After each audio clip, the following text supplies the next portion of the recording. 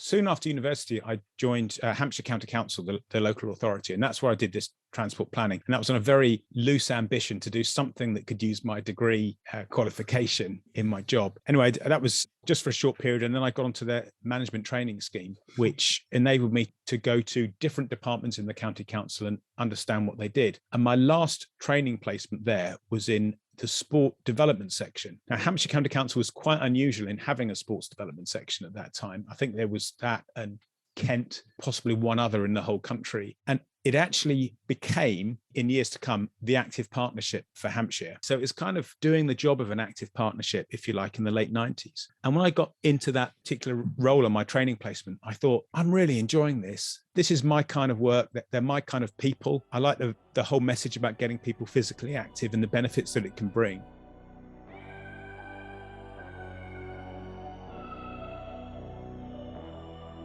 From Coordinate Sports, it's The Drive Phase, a show about sports founders, leaders and experts and the stories behind their business journeys. Our guest this episode is Marcus Kingwell, CEO of EMD UK. Marcus has amassed more than a decade of experience leading organisations including Welsh Cycling, AOC Sport, the Institute for Sport, Parks and Leisure and sports-based consultancies with both a national and international reach. During the episode, we discuss Marcus's early life and career and how being made redundant without notice was a turning point and the catalyst to starting his own consultancy business. We also reflect on his approach to change management and how his perspective on leadership has developed throughout his career. Enjoy the show.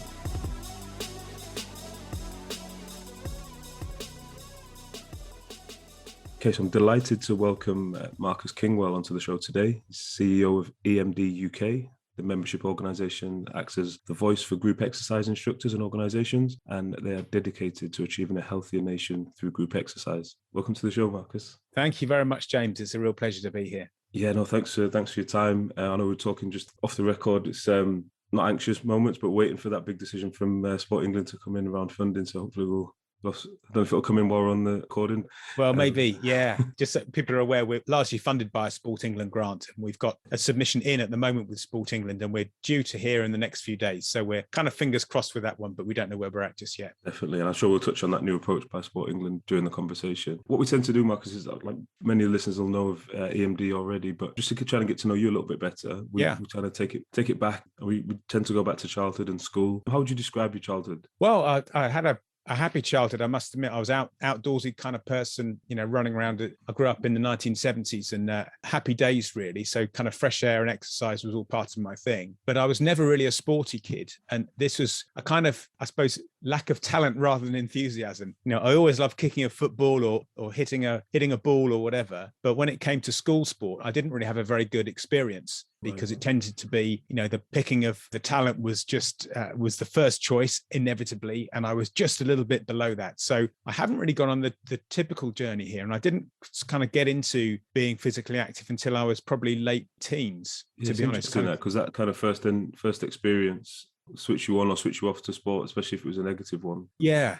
So absolutely, but I did learn one sport as well. Sorry. Absolutely, yeah. I did learn one important lesson though, where obviously I was keen to play sport, and it kind of dawned on me that if I didn't really have the talent, what I could do is make up for it in fitness. So I did work on kind of a bit of running and a bit of strength work and stuff like that, so that actually I was more likely to get maybe a go on the pitch for half a match or something like that, because I was able to still run around. And that's a lesson which has stayed with me since. Definitely, and probably takes you so far, doesn't it? That's hard work beats talent. When we're talking about getting on the pitch, what type of sports are we looking at there? Is that rugby, football? Yeah, a bit of rugby, bit of football, bit of hockey, nice. Those kinds of things. Typical sort of school sports, really. I mean, all good fun, all enjoyable, but it didn't really take off for me. I mean, my kind of did a bit of football as well at university, which I enjoyed. But probably the thing that brought me back to group exercise, or into it in the first instance, was in my early 20s, when a friend said to me, come and join the circuit training class. And I didn't really know much about it, and went along, and it was the classic stuff, sit-ups, press-ups, burpees, all those sorts of things. And I thought, I'm getting a real buzz from this, not just from the exercise itself, but by being around other people and having a session which was led by an instructor. And that stayed with me. And it's kind of come full circle now that I'm working at EMD UK and we're looking after group exercise instructors. I really get the point of being a participant, why it's so much fun, and the importance of the instructor in that whole process. Definitely, it's that community angle around it. I mean, growing up, would you say particularly not sporty or outdoorsy family, or was it kind of? Yeah, actually, in fairness, my parents were pretty sporty. My dad played a bit of club rugby, which he enjoyed. And my mum used to be do athletics. She did hurdling, but this was all before I was born, so it's a kind of a past career for her. But she got into stuff like yoga and mind body things, which is something I'm really tuned into these days. So I was in a good position regarding kind of parental support. And yeah, they always wanted me to be active and do stuff. I mean, to be honest, I was in things like I was in the Scouts and so on. So that was my kind of outdoorsy thing in my teens. To get that fresh air and exercise was through Scouts rather than through sport. And as I say, the sport stuff came a little bit later for me. Yeah, and when you went to uni, so you went to Bristol University. That's right. Yes. Yeah. I didn't ask you where you're from. To be fair, you from Bristol, or did you travel there for that? No, I'm not actually. No, I'm from Hampshire. I grew up just outside Winchester in Hampshire, and then moved away to go to university in about 1986, I think it was. So enjoyed studying at Bristol. I was in halls of residence for the first year, and we had an intramural football league, as many universities do. So I played on Wednesday afternoons from my hall of residence. That was good fun, and there was a little bit of hockey going on as well. So I did part of that, but yeah, happy days really. I'm always intrigued in terms of what it's interesting to look at career paths after what you studied in university, and a lot of people who don't go down that route. So you were geography. So did you have a plan of a career path when you went to university that you were going to follow, and how did that pan out? I didn't, and thinking back, that time of life when you're 17 years old and you're faced with the UCAS forms, or whatever it's called in my day, something different, you're thinking, this is baffling. What do I want to study? What do I know about my career? Really haven't got a clue. So basically I went back on what did I really get the most enjoyment out of during my A levels, and geography was my top subjects. I love the landscape and the outdoors and all that stuff. So figured that would be a good route for me. And it worked in that I really enjoyed the degree. I passed, and I actually have used a lot of the skills subsequently, but it's not in the direct way. It's more in the indirect way. It's one of those things. I guess it's the UK, and from what I know about other university systems, you always kind of see the US model, where you're going to major at the end of it. You can maybe experience things that you enjoy and pick and you're interested in to start with. There's a lot of pressure to pick a degree at 17, 18, like you said. Yeah, it's hard, but no regrets. And so I've never really, apart from an early short job as a transport planner, which used some of my geographical skills. Nice. Luckily, that got cut short for me, and I could have gone down a very different path, but I'm sure I'll come on to that later. Yeah, well, I was going to say, I mean, looking back over your career, it feels like it's one of kind of, and I might be wrong, but for like change management, kind of you coming in and really project managing big changes in organizations. What was the journey to that? Was it consulting out of university straight away, or how did you get to that? Because it's quite obviously senior positions coming from uni. It's got to be a bit of a stepping stone to get to that. Sure. Yeah, absolutely. So soon after university, I joined Hampshire County Council, the local authority, and that's where I did this transport planning. And that was on a very loose ambition to do something that could use my degree qualification in my job. Anyway, that was just for a short period. And then I got onto the management training scheme, which enabled me to go to different departments in the county council and understand what they did. And my last training placement there was in the sport development section. Now, Hampshire County Council was quite unusual in having a sports development section at that time. I think there was that and Kent, possibly one other in the whole country. And it actually became, in years to come, the active partnership for Hampshire. Right. So it was it's kind of come full circle now. It wasn't there, and then it was, and then it's kind of out of the council in most areas now, isn't it? You've got it. Yeah, absolutely. So it's kind of doing the job of an active partnership, if you like, in the late 90s. And when I got into that particular role on my training placement, I thought, I'm really enjoying this. This is my kind of work. They're my kind of people. I like the whole message about getting people physically active and the benefits that it can bring. So I was there for a couple of years working with a team. There's a lady called Julie Amies was the boss, and she's now the chief executive of what became the Hampshire and Isle of Wight CSP, and now it has another name which eludes me, but I'll remember it in a minute. The Active Hampshire or something like that, isn't it? It is, yeah. And then I realized I needed to move on, and I went for some careers guidance actually, and they said, oh, you've got a good profile that matches consultancy and sport. And I said, well, this is interesting. Is there such a thing as sports consultancy? And they said, well, there's a very small number of companies that do it. So I actually joined a startup consultancy in 1998 and called PMP. And I was with them for 12 years and saw the business grow and grow and grow. And then sadly in 2010, the whole thing went bust. Oh no. And yeah, so that was a pretty formative experience for me, witnessing a company, grow and grow and then finally finish. I guess starting out, like you said, maybe not so much niche anymore, but back then, like startup, and it was kind of was it almost like a new landscape that you were kind of having to explain what it was you were offering to clients? Or Massively. Yeah, right. It was such a learning curve for me because as I say, I'd done about a year and a half in sports development, working on cycling projects as it happens. And then in with this consultancy, Monday it was working on a major leisure centre. Tuesday it was working on an athletics track. Wednesday it was working on bowls, So everything was changing according to what the client's requirements were. So I was doing stuff there ranging from, initially it was lottery bids when there was lots of money around for facilities. Then we did loads of work on strategic planning for local authorities, and there was stuff on playing pitches and open spaces, and then funding solutions. So it was a kind of great learning experience for me to really get in depth into a whole area of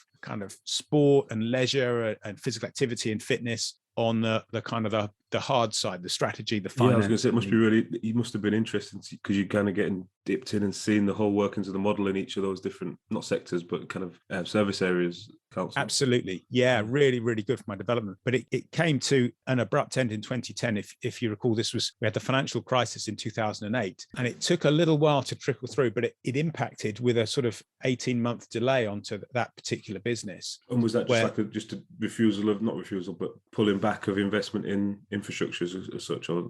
Yeah, but also of where most of our clients were local authorities. It was the beginning of the austerity period. Right. So they didn't have the money to spend on facility developments, and the consequence, there wasn't work for consultants to help them on their facilities and their strategies. So it went from thinking, oh, we've got a couple of lean months where we're not winning any orders, to crikey, there's not enough money to run the business. Now, I wasn't a director of the company, I was a manager, but there was a pretty formative experience when there was a ring at the door and I answered it on the entry phone, and some guys said, I'm sorry to tell you, we're here from the official receivers, we're coming to close down the company. So it was trying to take the positives out of this. It showed me, firstly, how well the company had grown and all the success factors for its growth, but also the hard lesson that if things don't go right with the market, it can come to an end very quickly. Yeah, because I'm assuming it's, like you said, successfully grown and well run. It's just, if the market shifts, then it shifts, doesn't it? Totally, yeah. And that was the end of that. So we were pretty much made redundant on the spot, all the employees. Right. So it was a very, very tough time. I guess to bounce back, I was not sure of your age at the time or the circumstances, but that's got to be a shock to anyone kind of losing your job or being made redundant. I guess what was your mindset coming out of that? Did you have a family at the time and stuff? I did, yeah. I had a young family. We just had our second child. She was, let's think, she was 3 years old. Our eldest was 5. So that was all a struggle. My wife was sort of slowly getting back to work and things like that after having kids. So it was a difficult time for us, but this may sound like a cliche, and I'm not trying to say this was easy, but one door closed and another door opened. And I realized, well, with my consultancy skills, I could actually still deliver some consultancy work. And I had a few clients I had really good relationships with, so I kept some projects going through them. And then probably easy for you to go in as a freelancer without that big overhead or charging as much as you had to. Do you know, a bit more nimble, agile, and pick up the smaller ones that are good for you? You've got it, James. Yeah, that's it. It's a bit more agile, slightly lower fees, could be a bit more responsive. And then after doing that for a few months, there was an opportunity to come up for an interim management position, or interim chief exec, in fact, for an organisation you might remember called ISPAL, the Institute for Sport, Parks and Leisure. And what was happening, this was going through a merger with ISRM. They were the two big membership bodies for like leisure and sport and so on. And the idea was to create the Chartered Institute for Sport and Physical Activity. So my job there was to really work through from the ISPAL side this merger, and effectively we were creating what's now become SIMSPA, the Chartered Institute for Management of Sport and Physical Activity, right there in the early days. So it was all the there was legal stuff to do, there was the staff transfer, there was dealing with the assets. And it was another big learning experience for me to get in there and do that change management piece and to get this thing going. And now, of course, SIMSPA is going from strength to strength and everybody is getting engaged with them. That was tough. Yeah, tough. Yeah, the way you describe it is quite straightforward.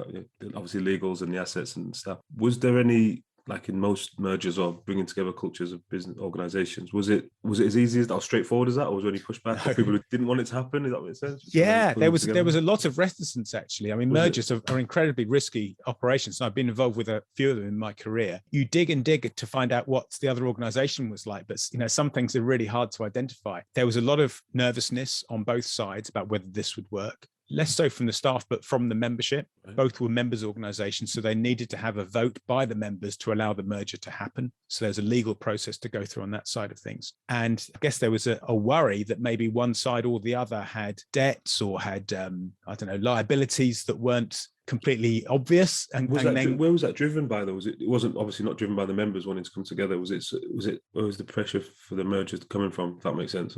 Yeah, I think there was, I mean, to be fair, in the end, the majority of members did want the change and saw the sense in it. There was some who quite rightly were cautious about it, but I think there'd been a realization for a long time that having two professional bodies side by side trying to represent people working sport and physical activity was not a good thing.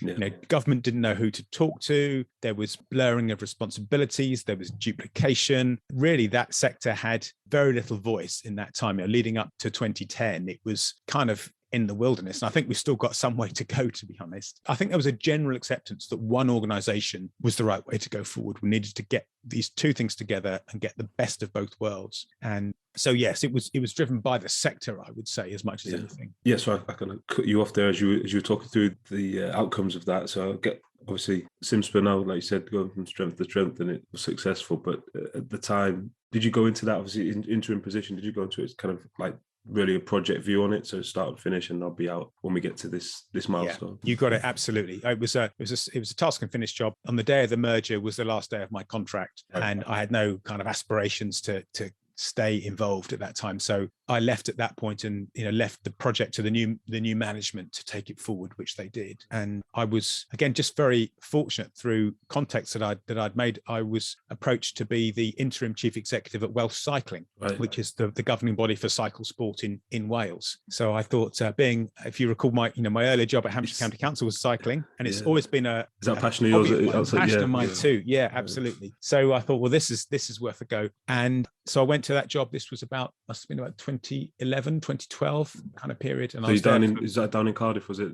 It's in Newport, actually. Oh, Newport. Yeah, it was based Sorry, at the Velodrome. I know that. Yeah, the Velodrome. Yeah, that's right. Yeah, my background, I used to train in that athletics track next door. Oh, did you? Yeah, Spitty Park. Yeah, that's it. So yeah, we're in the Velodrome, which is a great place to be. It's now the Geraint Thomas Velodrome. Actually, it's been renamed quite rightly. But it was all pretty exciting. We had the young riders coming through who were sort of in and out our little office on a daily basis, who then went on to great things.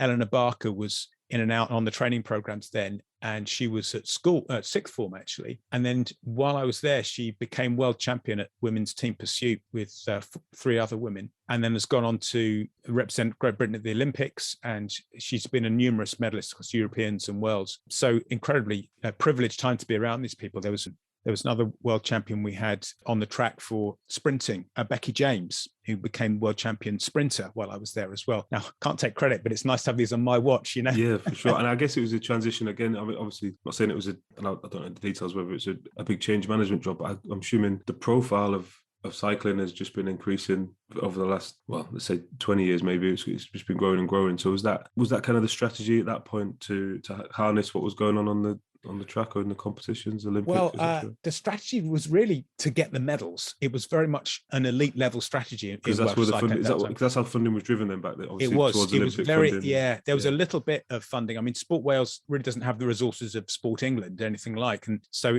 it was very targeted. There was a big focus on the medals, and I'm proud to say they got those targets and got those achievements, which was fantastic. There was a little bit of funding that went into participation and club development, but actually I was brought in not for any of that stuff. It was again, as you say, James, change management. There was a lot of governance problems with Welsh cycling at the time. I mean, the sort of things that sadly you often get in other sports, which is the politics between different clubs and who gets on the board and people having ideas about what needs to change. So there was a whole lot of mess that needed sorting out, which I waded through. And while I look back now and think of the sporting achievements that happened at the time, in reality, the day-to-day, it was kind of roll your sleeves up and fight fires around the politics. So quite an interesting and challenging situation. Yeah, and I'd like to, don't want to kind of go through career job by job, but when I look at I'm assuming coming out of that role, you're getting a name for yourself, but that you got great experience in those positions, like bringing people together and working through this management, change management. So the London Sport one is interesting because I know obviously we previously had the 5 CSBs and That's right. You were integral in that when they all came together? Or? I was, yeah. So that was another change management job. I was interim chief exec there, and this was largely driven by Sport England, although the the 5 CSPs had wanted it themselves. They were called proactives, and they had each geographical territories for parts of London. And it was the same problem, really, a bit like ISPAL and ISRM that I talked about, in that you might be a club in a particular area and thinking, well, who do I talk to? I'm a London-based club, and you've got to find out, are you in West London or in Southwest London? Yeah, you're in Northwest, or are you in Middlesex, or sometimes they're Surrey, so it was all confusing. So the job was to merge these 5 organizations together, which were all separately constituted. They had their own bank balances, different IT systems, different groups of staff, different boards. So I had to get in there and pull the whole thing together, really, a series of transfers, which was probably my big exposure to politics, which I'd never really understood before. The board was chaired by an MP, by Kate Hoey, who was a former minister for sport. So she had her own kind of way of looking at the world. And there was also the mayor's office was involved, because they had an interest in sport and a sports department. So there was lots of that kind of big P politics going on, which was a real interesting experience for me to understand how that stuff works. Just on the timeline for this one, when was this taking place? Was it pre-2012 or no, it was after. So I'd finished it cycling, so it was about 2013 to, I was there for about 2 years, so probably 2013 to 2015, something like that. Cool. No, I was just thinking in terms of context, like obviously the Olympics of London as well at the same time. I'm assuming that might have added another layer on top, and the legacy did as well. Yeah, massively. It was a big kind of legacy push. We were working on projects in the Queen Elizabeth Park, which was getting community groups to in and around the park to get more physical activity for young people in disadvantaged groups. So some brilliant projects that we were involved in at that time. But yeah, you're right, James, very much driven by a legacy agenda from 2012. And with that one, I don't know if you got a take on it, but do you feel like, looking back, was that a success in terms of bringing everything together and how the landscape looks now in London sport? Yeah, totally. And I think this is all I can just take credit is step one, really, which is the 5 mergers into one and bring everything together. And at that point, they wanted a permanent chief exec, which I didn't get that as a role, which I'm very glad to hand that to the next person. I think often with change processes, you do actually need a series of people, one to kind of break the ice and get the movement. I was going to say, you need to be the bad guy. Yeah. After me, they're now they're splitting 3 chief execs after me. And the next 2 had another set of work to do, really, in building the team together and restructuring. So I think on these change processes, sometimes you've got to think, well, I've done the first bit. It's time for another pair of hands to move on to part 2. Definitely. And it's probably, I want to really want to give some time to EMD UK. Yeah, sure. I know after that you had a bit more of a spell at Association of Colleges, right? So that's right. So is that more around, it's change management, more around like program delivery there? It was, yeah, absolutely. But there was some change management. It was, again, that was, I came in just after a merger. So they had merged a group of people working for the Association of Colleges with British Colleges Sport that had been running competitive sport in further education for many years. And we created this new company called AOC Sport, Association of Colleges Sport, which was in the bigger family of the Association of Colleges. So my job there was as managing director to kind of implement the change process after the merger, get everything settled down, steady the ship, get things structured in the right way. And then it was on to program delivery. And the big challenge there was that when you look at the data, kids are active at school to a certain level. When they go to college age, 16, 17, 18, it drops off massively. So we were looking at how can we use the stuff that's going on in colleges to really get those young people physically active. Well, I was going to say, I think I remember it was a program at the time, butchering the name, but maybe it was Active Colleges, where you had someone in each college running the extracurricular activities that probably weren't there before that, right? You've got it. Yeah. Absolutely, yeah. And they went through various iterations. Then there was the next version of that wasn't Active Colleges. I forget the name of it now, but it was a similar sort of thing, a kind of development officer that worked across one or more colleges to get people active. That's got to be quite a big project. I don't know whether they were employed directly with yourself or with the college, but building out that team of one in every, like 300 activators, I suppose. Absolutely. Big project. They weren't employed by us. They were employed by the colleges, but they needed support and training. We did similar things around football as well. We had a big football program funded by the FA, which was with football ambassadors and activators who would, again, get development programs going in colleges, particularly with girls. That was the time of the big targets around women's football with Sue Campbell at the helm, and the big targets to double participation in women's football by 2020, I think it was. So it's interesting. Interesting. We had Stephanie Hilborn from Women in Sport on last week, and they've just got a new report, which is, it's not great reading in terms of participation for girls, how it drops off in secondary, and it's just, I guess, still a lot to do, but it's great we had those initiatives. From there, in terms of EMD, I always like to hear kind of how how you ended up in your current role, but we've had the kind of backstory. But was there something that kind of jumped out about this role that, and I know we'll go on to give the full kind of profile of the organisation and the offer and everything, but for you personally, was something that kind of drew you to it? It was. I think it goes back to something quite fundamental. I said at the beginning, I was never really a kind of sporty kid, but I've always enjoyed keeping fit, and then got into, circuit training and stuff like that in my 20s and going to the gym. And then in my consulting days, I was always interested in the gym component of a leisure centre, how the gyms worked and what kit you put in and all these sorts of things just held an attraction for me. Yeah. So at the back of my mind, there was always an ambition. In some point in my career, I've done sport, I've done physical activity and community stuff. Can I get into fitness at some point? And I'd spotted EMD UK. We'd sort of worked alongside them when I was at the Association of Colleges on a couple of things. I thought, well, actually, that looks interesting. And when the job came up, I thought, yeah, that's looking really interesting. That would suit me. It would give me this thing. I'm kind of in the right part of the country for it as well. Yeah. So, sometimes you just think, I've got to get that job. I've absolutely got to get that job. That's kind of my chance. And that was 2.5 years ago, October 2019, I got the job. And it's been fantastic, actually. I mean, a hard 2 years. I was going to say, maybe a bit of a roller coaster. And Well, yeah, pandemic. I mean, what's that? 4 months in, I remember we had one of our committee meetings, we were looking at our risk register, and one of my directors said, I think you should have COVID on the risk register because this could get big. And this was January. And we said, well, I don't know, this will probably just pass away like SARS. And boy, was he right. So within 6 weeks of that meeting, we were in national lockdown and we had to change everything that we did. Yeah, I mean, I want to pause on that and go back to it because I know that in terms of the support required for instructors and organisations running classes would have been immense. But if we could give a bit of a profile to EMD UK, and also I'm intrigued about the name as well in terms of what it stands for and how it was how did you come up with it? Is it okay if you give us a bit of a no problem at all. So EMD UK is the national governing body for group exercise instructors. It was created in about 2006 from another merger. Would you believe, in fact, not truly a merger. It was a kind of hostile takeover, was it? Well, no, a sort of umbrella, I suppose. And because the reason being, the original founders still exist now. They didn't disappear and merge into it. So there was the Keep Fit Association, Made Our Society, and the Women's League for Health and Beauty set up EMD, and then as a partnership of the three of them, it's called EMDP. And then the letter stood for Exercise, Movement and Dance. But what's really happened over the years, we've retained the name, but we've just evolved into being focused on group exercise instructors. So the kind of the dance bit isn't really our core. And we have some dance teachers that are members of ours, but really our core thing is group exercise. So not just personal training fit in that.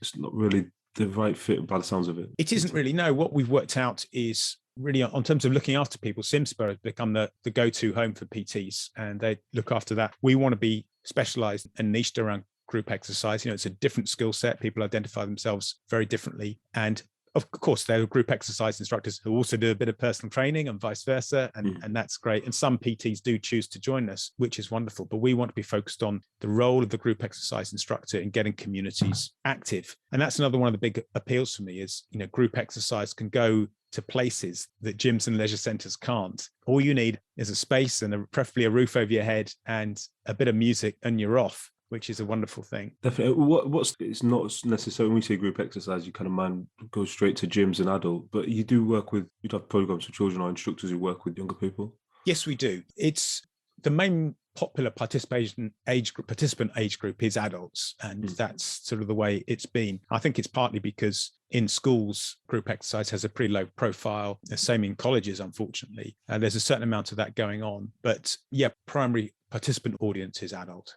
Got it. And then, so as a member, I guess the offer to the membership is everything they need to run their business or to be compliant and successful. That's where the support. That's pretty much it. Yeah, we have insurance as part of our package. To get insurance, you need a qualification, and we've been training people in the qualifications in the past, and we've got some changes coming around on that actually, which I'll talk about later. But it's a support as well, not just the insurance, but making sure you've got the right information, the right forms like your PARQ forms, your risk assessments. You've got the new information that's coming out all the time, the new trends and activities. We set up webinars and CPDs. So it's a kind of a channel for information to come through to keep you improving as a group exercise instructor. Yeah, and the reason I paused on kind of the pandemic stuff was listening to the offer. I'm assuming that came into its own at that time when all everyone was uncertain on what was going on, but especially for the sector, they must have been turning to you at that time for some guidance. Absolutely. It was a real turning point for us, actually. And we realized very quickly we needed to step up massively and show some leadership here.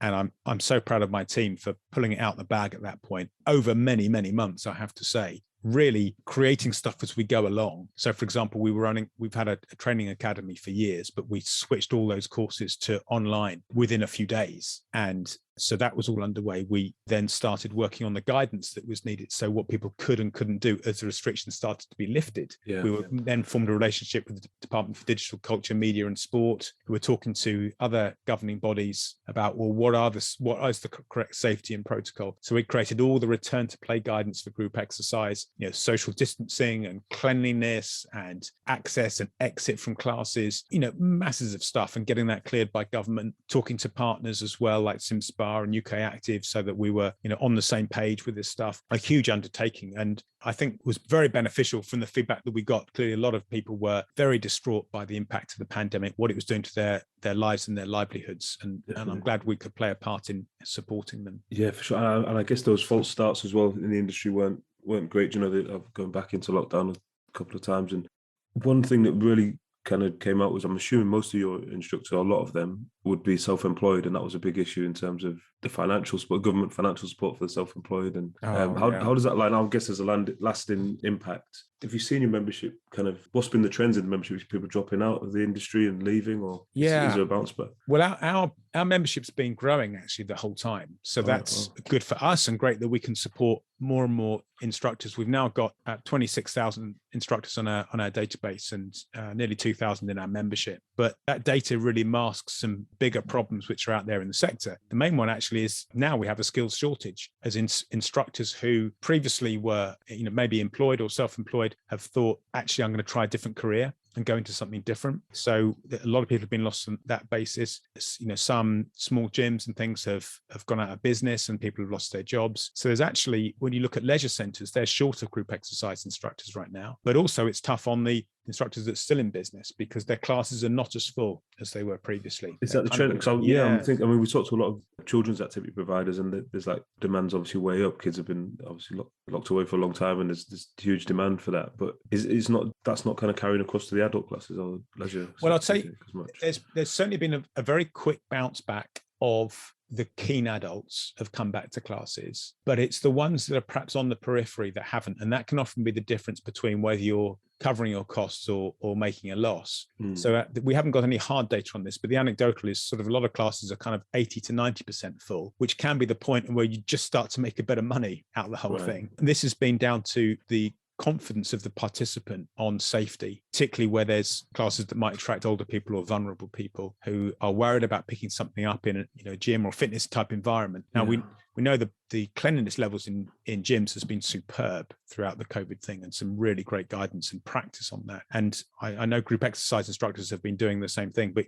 you can't, at the end of the day, legislate for someone's own opinion where they feel actually they're too vulnerable to be in that particular setting. Yeah, definitely. I guess the those new to exercise as well, new to group exercise, it's another hurdle or another barrier to jump over. If you just kind of get confident to go to a class for the first time, but then you've got the worries in the back of your mind. It might be one thing that stops you from going. Yeah, and maybe now, we haven't done surveys for a few weeks now, but maybe now that the restrictions have been lifted in England and Wales, and I know there's still some restrictions in Scotland, but COVID's not so much in the news these days. We're more confident going out and about without face masks on and so forth. Hopefully this will result in more consumer confidence and more people coming back to group exercise classes. Definitely, yeah, echo that one. In terms of, I guess, vision, I know we spoke at the start around Sport England and their kind of move to this longer term, maybe more forward thinking funding model where it's a 5 year. Is it 5 years minimum, or is it 10 years? It's a 5 year, yes. It's a 10-year strategy, and they're funding organisations for 5 years. It used to be a 4-year cycle.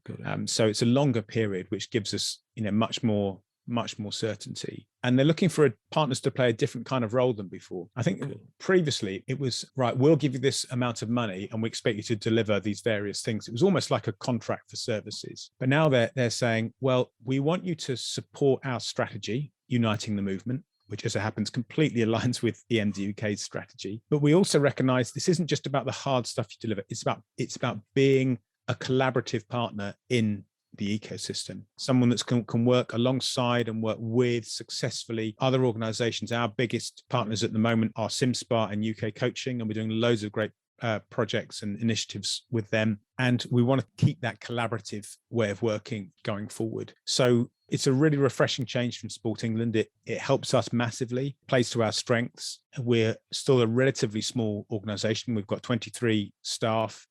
We've turning over about £1.5 million. So we're relatively small in what we do compared to the other players in the sector. But we do think we punch above our weight. So working in collaboration with others is really the route we want to take. Yeah, and I get it. It feels like you said you with those key partnerships with SimSpa and UK Coaching. Is that around that skill shortage? Obviously, you're tackling that through instructor education or CPD. I guess would it be CPD programs that you put in? That's it. Yeah, you got it. So we're doing that at the moment with them. We're also on a program called Retrain to Retain, which is for instructors or coaches, I should say, in fact, who have been affected by the pandemic and have had their hours or pay reduced in any way. So if there's any group exercise instructors listening that want to gain access to this fund, if your hours or classes have been reduced, which I think is just about everybody. Majority, yeah, exactly. Yeah, and you live in England, then you're going to be eligible for this funding. So look up Retrain to Retain and get your application in, and we can help you out. We've got training, we've got resources, we've got discounts and free memberships available to people to support that particular program. Fantastic. We'll definitely link that into the show notes as well if anyone listening wants to go over there and access and apply. A bit of a change of lanes, a bit more personal question, but more still focused on business. But over this time working in so many organizations, bringing people together, change management and consultancy, have you kind of developed any business approaches or philosophies that you always employ in any situation or any business problem that you're tackling? That's such a good question, James, because if you'd asked me that probably 4 or 5 years ago, I would have said, yes, absolutely. I've got certain ways of working. And strangely, I've now come to realize that I need to hold my beliefs lightly. In other words, be prepared to shift on some of these principles and recognize that the world's moving on and every organization's different and it always takes a different tack. So, there's still some basic things I believe in. I've always been a collaborator. I've always sought consensus. I've always believed in teamwork. I've always believed in building alliances. So my style is collegiate rather than hero management. I'm not the guy that kind of thumps the table and says, here's the plan, I've written it already, and you've all got to strive for this. It's just not the way I work. But what I want to do is bring people together. And I think I've been reasonably successful in doing that. But the learning for me is, of course, every group of people that you sit in front of is different from the last one. Yeah. So you've really got to adapt your approach, potentially quite significantly in how that happens, thinking of all the little nuances and strengths and weaknesses that people have got. So those are my two things. Yes, I'm definitely a collaborator, but it's don't go in with a fixed model. Go in with the ability to flex and change and make it fit the particular circumstances. Yeah, I love that. I think it's just so difficult to not have your preconceptions of, obviously you've been in these environments before, boards and bringing people and not having those, I guess we'll talk about some unconscious bias and stuff, but preconceptions of that, this is this type of project and this is how I'll get it done. It's really interesting.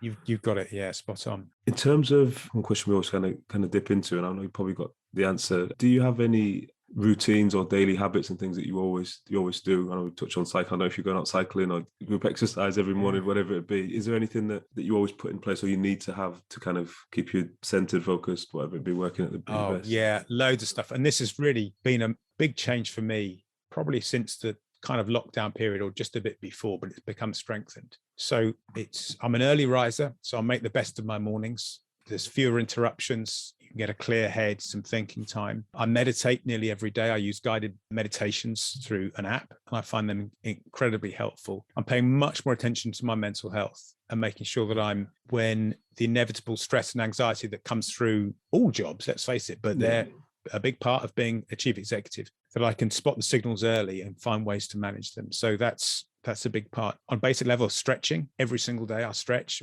and like most people in their 50s, wish I'd started it years ago. I creak and ache, and so stretching's a big part of it. My kind of fitness type routine. I'm always doing something. So it's a mixture of, lately I've been doing boot camps on Saturday morning. I tend to run 3 times a week. I'm building up for a half marathon, which in fact is this Sunday. When that's over, I'm back on my bike and I'll be cycling. So I like to have an event in the diary, sporting challenge event, and then build up to that. Done a couple of sprint triathlons and probably do one of those again this summer. Those are like significant parts of my routine. Definitely outdoorsy as well, get that fresh air. It sounds like absolutely, outdoor activity, yeah. get the fresh air, sunlight on your back, yeah. Yeah. The other couple of things that I'm big into, journaling as well, to capture my thoughts on a daily basis, get your problems down on paper and your successes so you can reflect on those. And building in quiet periods during the day. I used to be like a classic type A person where every spare minute I'll be right. Let's do some emails now, get those out, or let's full calendar. Full. And now if I've got 5 minutes between meetings, I'll just do some breathing and bring my heart rate down and just center my thoughts and have some empty space, and then go, right, what's the next meeting now? And that's been a big shift for me, and hugely beneficial. I know life doesn't always let you do that, but when the opportunities do arise, that's what I do these days. Yeah, definitely. And do you find that, how's that impacted the rest of your life? I guess you're able to switch off a lot more than everything that you do, because you're getting it out of your head, and if you're journaling, it's not kind of just rattling around like most of us do have. Yeah, to-do lists or worries or things just are in there. I think one of my worst skills is relaxing. So this is why I have to do these things to help me to relax. I'm kind of always on the go and got the monkey mind going on, loads of thoughts, loads of internal chatter. So I need to use these techniques as a sort of to get me to some kind of quietness in periods of time. So yeah, it has been valuable. It does help me to switch off, but it's not a luxury. It's a necessity for me. Otherwise, I'm just going to be exhausted by kind of constantly being on the go. Yeah, really conscious of your time. And I just, last question, we've kind of just been reflecting, but one that we always ask is kind of advice to your younger self. So if you could go back in the time machine and speak to young Marcus and give him one piece of advice, let's say when you university time, just leaving uni, that type of age before you start out in your career, what would that be? Yeah, what a good question. I mean, there's loads of things I would say. I'm kind of thinking, obviously look after look after your flexibility. Yeah, stretch all the time. I mean, it's just like, that's a basic one. But I suppose it's the main thing for me would be, don't worry about having a plan for the rest of your life. Don't feel you have to have fixed goals and objectives in a classic kind of goal-orientated person, which I have been for most of my life. There's actually opportunities which come up. If you adapt and you can flex, they can give you richness in your life, give you variety, give you interest, and help you grow as a person. So it's just letting a few more things come to you, I suppose, than necessarily having this big plan. And it's a tricky one because nearly all the classic management textbooks and all the sporting stuff is all about goal setting and then breaking your goals down, isn't it? We hear it all the time. And that, yes, of course, that's important, but don't let that be to the exclusion of taking opportunities and flexing and adapting with what's happening in the world. Yeah, and it definitely feels like you've got that now, like that healthy goal setting now. So I'm sure you do have goals, but you got it, so it's not the be all and end all kind of thing. That's it. Yeah, absolutely. No, it's been brilliant. I'm speaking to you, Marcus. So thank you so much for your time. And yeah, pleasure. We'll hopefully. I've really enjoyed it. I can't believe how quickly the time's flown, James. Thank you so much. Thank you for listening to this week's show. You can subscribe anywhere you get your podcasts. If you'd like to get in touch with us, you can write to us at dryphase.podcast@coordinate.cloud, tweet us at coordinatesport, or follow us on Instagram at coordinate_sports, or on my account at James_ventures. This episode was produced by Nancy Kwamboka, with support from Claire Goodchild and Lola Small, with special thanks to Rochelle. I'm James Moore, and you've been listening to The Drive Phase from Coordinate Sport.